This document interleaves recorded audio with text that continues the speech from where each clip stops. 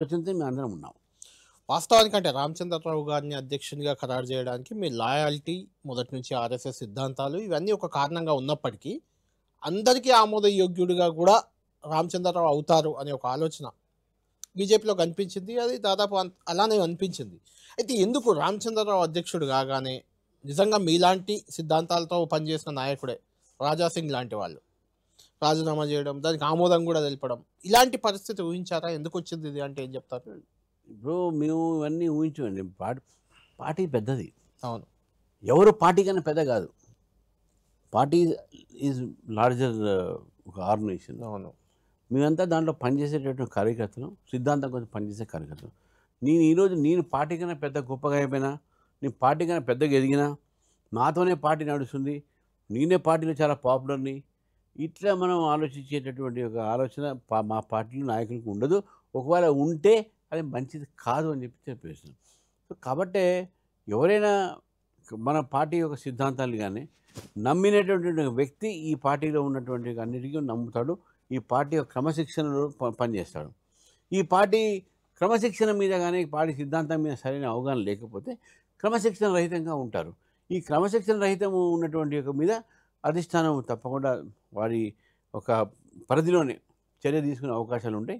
కాబట్టి దాని మీద నేను ఆల్రెడీ ఒక ఘట్టం గట్టింది, చర్య అయిపోయింది. కాబట్టి నేను దాని మీద ఎక్కువ మాట్లాడదలుచుకోలేదు.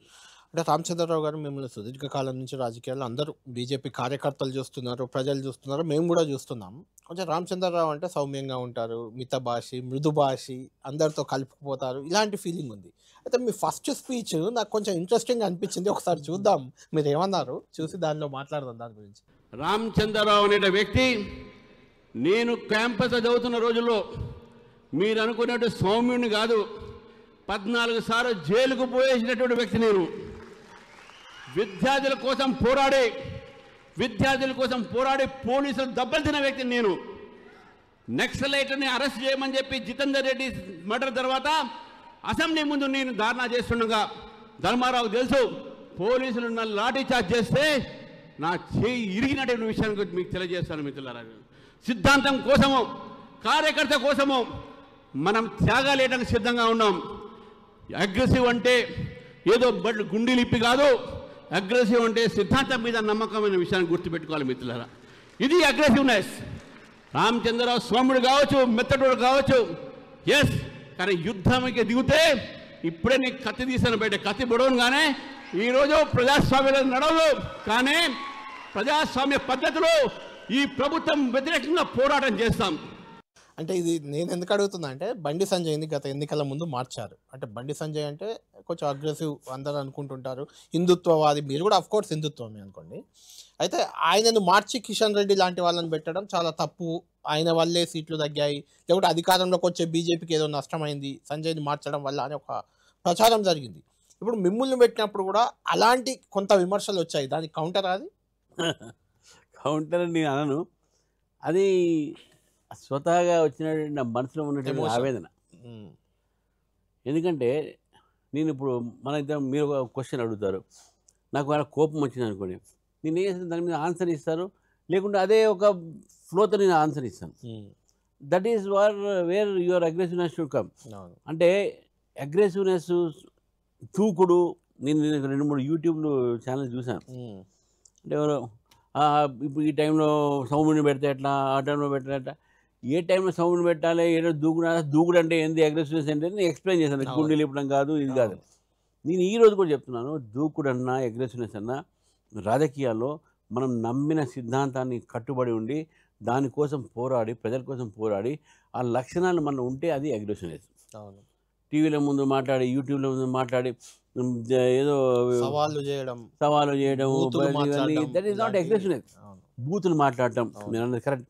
బూతులు మాట్లాడడం కానీ, లేకపోతే చక్కాలు చింపేసుకొని డ్రామాలు చేయడం టీవీల ముందు, అది అగ్రెసివ్నెస్ కాదండి. కానీ ఇప్పుడు రాజకీయాలు అలానే మార్చిపోయినాయి కదా. అదే నేను అంటాను, తెలంగాణలో నేను ఈ రాజకీయాలకు నేను వ్యతిరేకము.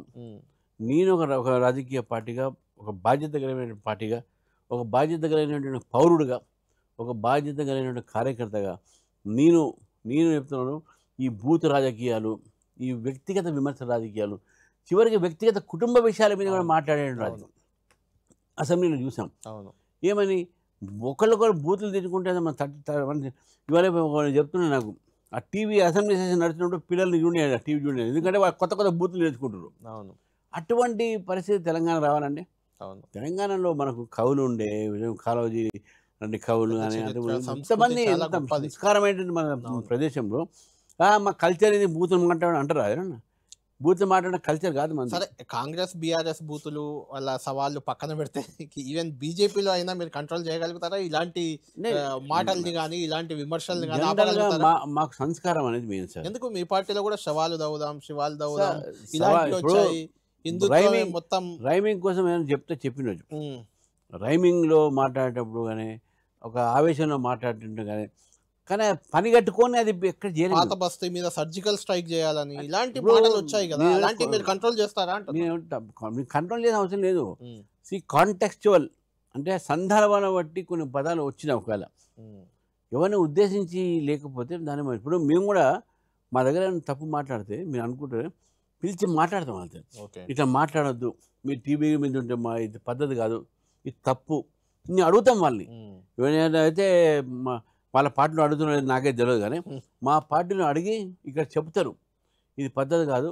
వాళ్ళు మన అడ్వైజరీ కావచ్చు, కానీ వ్యక్తిగత విషయాలు తీసుకురావద్దు, బూతులు తిట్టొద్దు, ఇట్లా మాట్లాడదామని చెప్పే ఒక మా దగ్గర సిస్టమ్ ఉన్నది. మాకు డిసిప్లిన్ కమిటీ ఒకటి ఉన్నది, దాంట్లో మేము చెప్తాము. కానీ వాళ్ళు చెప్పరు కాబట్టి వాళ్ళు వాటి కంటిన్యూ చేస్తున్నారు. మీరు బూత్ లెవెల్ పెట్టండి, టీవీ డిబేట్ జరుగుతూ ఉంటే కొట్లాడుకున్న కేసులు మనం చూసినాం కదా. మొన్న కూడా ఒక ఇద్దరు పార్టీ కూడా చక్కగా కొట్టుకున్నారు. ఇవన్నీ అవసరమా? ఏం డెమోక్రటిక్ టెంపర్మెంట్. నేను అదే అన్న, అందుకనే నా స్పీచ్లో ఇంకోటి ఉండే ప్రజాస్వామ్య తెలంగాణ, వికసిత తెలంగాణ. ఇది కూడా ప్రజాస్వామ్య తెలంగాణ టాలరెన్స్ అని ఉండాలి.